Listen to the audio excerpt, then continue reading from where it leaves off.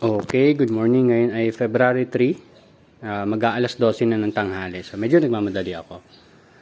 Pero ito yung kahapon na binanggit ko na parang nalanta yung dahon.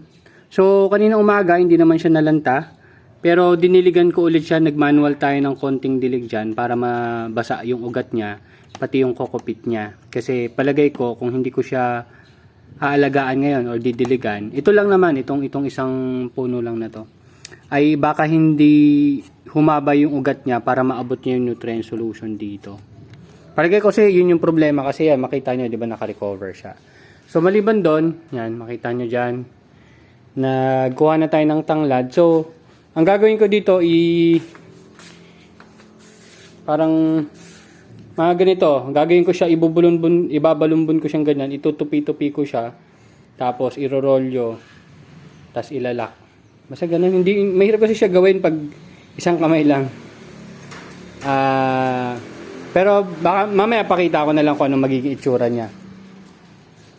Pero mga ganito lang kalaki yon. Tapos ano na yon, yun na yung ginagamit kong tea, tanglad tea para sa isang cup. So siguro mga 6 or 8 cup din yan magagawa ko dyan. So ito yung prune natin sa kanila. Tutubo pa to. Ayan. So imagine niyo itong isang itim na to, itong bag na to, seedling bag. Dati isang piraso lang yan. Mapansin nyo ilan na yan, 1, 2, 3. May higit 10 siguro. Dati iisang puno lang. So naging 10.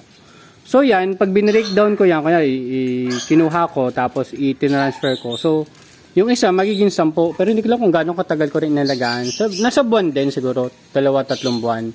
So, ganun din yung nangyari sa iba. Yan, no? May 3 yan. Ginawa ko lang kasi yan pangharang sana dito. Hindi ko na rin alam kung anong gagawin ko sa kanila, kaya tumubo lang siya ng tumubo. Yan, no? Maraming pa tayong tanglad dyan. Pero ito na muna. Next na gagawin ko siguro is yung doon. Tapos yung doon. So maliban dyan, may good news din tayo kasi nakausap na natin yung may-ari nung gusto nating upahang bakanting espasyo. Ayun. Nakita niyo. Ayan. Nakita niyo yung vacant space na yan. Yan yung matagal ko naman sinasabi sa inyo na bala kong tayuan ng ganito, ng mini farm natin. Kaya kinausap ko na rin yung gagawa nung collapsible greenhouse natin, yung 3x3 by 3.5 yung taas. Slant type na na greenhouse. Then yun yung magiging first trial natin. Tingnan natin kung gagana. So narentahan naman natin siya on a good price. So parang bahay din. Parang rumenta ka rin ng bahay. Pero ang maganda nun, hindi na kasi niya kailangan magpagawa ng kahit ano kasi nabanggit niya nga baka kailangan niya pa magpaano ng tubig kasi nga gardening. Sabi ko hindi na kailangan kasi itong bahay na to papagawan ko na lang sa kabila. So yun yung gagawa ng greenhouse, kakausapin ko kung paano yun gagawin. Pero palagay ko kaya kasi isang tawid lang naman. Siguro nakaangat lang yung tubo o yung pipe. Kasi dito may mga pipe kami dito Galing pa yan dun sa baba. So paangat. So yun, palagay ko pwede. Ayan, yung mga ganyang GI pipe. Mapagawa tayo doon. Para may sarili tayong source ng tubig. Kasi sa setup natin, Kratky, tubig lang naman talaga pinaka-importante sa atin. Lalo na hydroponics tayo. Tubig talaga yung pinaka-importante. Tapos, baka magkaroon din tayo ng greenhouse kung saan mag-aalaga lang din tayo ng cucumber. So nakahiwala yung cucumber, nakahiwala yung lettuce. Tapos pwede rin tayong gumawa ng greenhouse para sa bell pepper. Yan. Tapos pwede tayo dito pwede tayo mag-aral ng cherry tomato. Kung mapapansin niyo itong ano ba to? Sengal cucumber natin, medyo manipis siya. Yan, parang wala ng buhay. Pero buhay pa yan. Ayan, makita niyo may mga bunga. Yan, may bunga. Nag-harvest nga ako isang peraso kanina, pero hindi ko na nilagay sa monitoring.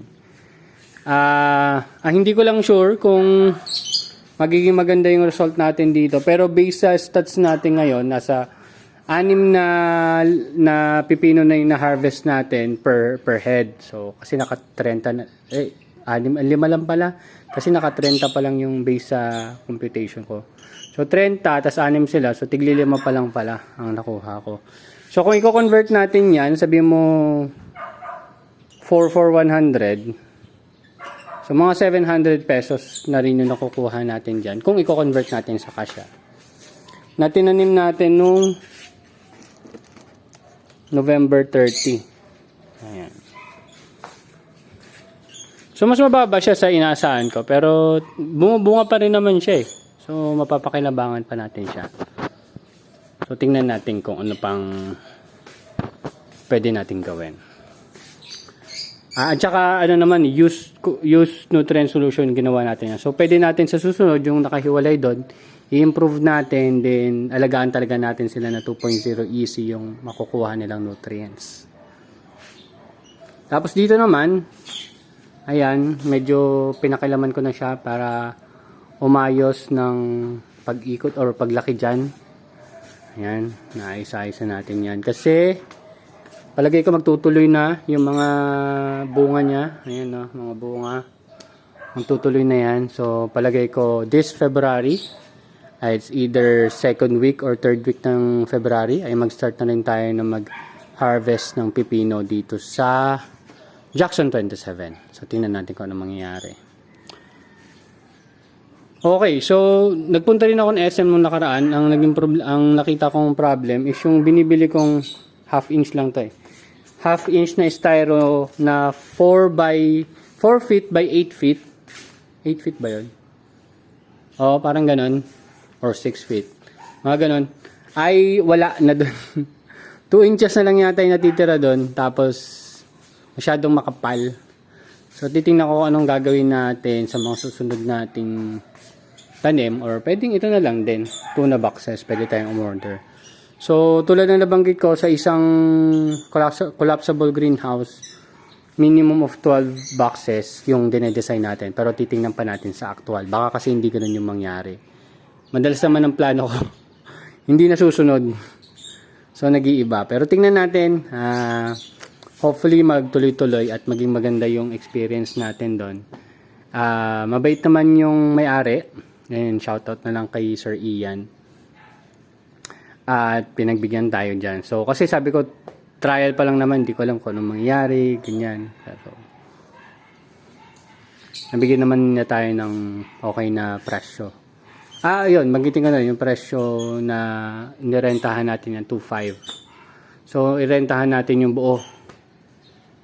Yun naman yung nabanggit niya. So, buo 2.5. So, goods na yun. Palagay ko. Trabahuhin na lang natin para kumita. Pero alam ko kikita yan. Basta lang kasi ang kailangan lang naman natin dito magtanim, maibenta at hindi tayo mapeste. Yun yung pinakamahirap i-assure yung hindi tayo mapeste kasi hindi natin alam kung kailan yan susulpot or kung anong mangyayari sa mga tanim natin. Pero hopefully ito, mabigyan tayo ng magandang bunga. Ay, ang dami oh. Nagsusulputan na ngayon yung mga bunga. Ayan, may mga bunga dyan. Nag-start na sila. So nakakatuwa. May tubig pa ba? Ay, may mga kiti-kiti. Kasi, ang problema niyan, ano lang to eh, parang patsi-patsi na styro box eh. So, baka ang gawin ko dyan, ipatuyuan ko muna siya. Pag natuyo, tsaka ako refillan para mamatay yung mga kiti-kiti. Kasi marami ako nailagay dito nung nakaraan eh. No? Mga nasa half inch pa na tubig yun nandyan. Pero pag natuyuan yan, madidads din yung mga yan. So, yan. Tsaka, pag nailipat natin yung iba doon or nakagawa tayo ng expansion doon, ang magiging possible production natin, depende sa kakayanin na. Sa isang greenhouse, meron tayong 180 na lettuce. Kung lettuce lang muna ang paging comparison natin. And kung kakayanin ng budget ko, 2 kaagad yung papagawa natin na mini greenhouse. At, ano ba yun? 2, 180 times 2, 360. Plus yung nandito ko na tabi mo ng 200. So 360 plus 200 nasa 560 na tayo. So 40 na lang kuha na natin yung target natin na 600 heads per month. So, ang challenge natin is kailangan makakuha tayo ng magandang direct-to-consumer market na mabebenta natin yon. Or, pwede na rin tayo mag-start na kumuha ng mga pwesto ng gulayan na pwedeng mag-market ng ating lettuce. Especially every Sunday, merong pwesto doon ng gulayan. Pwede siguro natin kausapin na every Sunday bagsakan natin siya ng mga 30 puno. Then, commission based na lang. Siguro 5 or 3 pesos. Siguro 5 pesos. Pwede na tayo doon, no? 5 pesos per head. So, hindi natin ibababa yung presyo sa kanya, pero magkakaroon siya ng commission sa mga mabebenta niya. So, bahala na siya siguro kung tataasan niya pa yung presyo. Pero, yun yung ibibigay nating presyo sa kanya. Tingnan natin. Kasi, syempre, gusto ko pa rin, maayos pa rin yung benta natin. Yun. Tapos, yan, kailangan ko ng i-prune yan. So, balak ko rin kasing gumawa ng medyo madami-daming mga seedlings ng tanglad. Tapos ipapamigay ko lang. Ipamigay lang natin, parang freebies na rin dun sa mga customers natin. Lalo na yung mga gustong magtanim ng tanglad. Yan, mamimigay tayo niyan. And kaya ko rin siya gustong linisin kasi bala ko nang maglagay. Meron na pala tayong marigold. So yung 3 butong tinanim ko, tumubo yun lahat. Yung 3. Ang iniisip ko lang, gaano ba kalaki ang isang marigold, yung variety na nabili ko dito sa setup natin. Kasi bala ko siguro marigold dito, 2. Tapos gawa tayo ng isa doon. Tapos, ito pwede nating i-remodel to eh. So yung mga basil pa rin dyan, pero gagawin natin silang potted. So nasa paso. Para in case ililipat natin, madali. Aangat mo lang yung paso, putulin mo yung ugat na sa ilalim, okay na yun. Yun lang yung mga current plans ko dito. Kasi parang masyadong malago. Inaasahan ko kasi itong tanglad ma-harvest ko ng on regular basis. Yung hindi siya lalago ng ganyan kataas. Pero hindi ganun yung nangyari. Kaya lumago siya ng ganyan. Sobrang dami. Ayun. So, konting update lang. Ito yung natin, Ashitaba. Ayun o, lago na o. Sobrang lago ng Ashitaba na to. Nahiyang siya dito sa setup natin sa kanya. Nahuhulog. Ayan. Ayun lang naman. Sinare ko lang sa inyo yung good news and also konting update dito sa atin. So, hopefully soon, magkakaroon tayo ng panibagong vlog. Hindi naman siya vlog. Siguro updates dun sa gagawin natin doon. So, hopefully maging okay yon. Kailangan lang siguro natin budgetan. Siguro ang budget ko sa isang 9 square meter na greenhouse kasama yung mga gamit is nasa 10k. Sabi mo na mga 10k. Mura na siguro yun. Ang tanong, gagana ba yun? So, laging yun yung tanong. So, titingnan natin kung gagana yun. It's a risk, pero part na naman yun. And, palagay ko gagana. So, let's just be positive na gagana siya. And, solve lang natin kung ano mga problemang darating. Kasi, malapit ng summer, ang problema ng summer is yung mga insekto or pests. That's it. So, may harvest tayo sa darating na February 7. Nasabihan ko na yung mga customers natin. So, yung mga regular na kumukuha sa atin, siguradong may supply yung mga yan.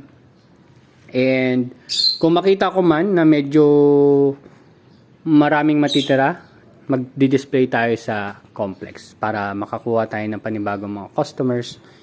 And then, makita nyo, laki talaga. Iba talaga yung laki dyan. So, inaasahan ko kasi, ganyan yung magiging laki ng tubo ng halaman natin pag doon natin sinet up. So, magandang perks yun sa mga customers natin kung makikita nila na nilalago talaga ng tanim natin. Ang naisip ko lang na maging problem pag umuulan, kasi yung angge, since yung setup nun, medyo kunyari ito, tas ito na yung net, malapit na yung net dyan. Ang magiging problema pag sa angge, pero tingnan natin kung anong mangyayari, or anong pwede natin gawin during those times. Okay, yun lang. Thank you very much and see you next update guys. Bye-bye.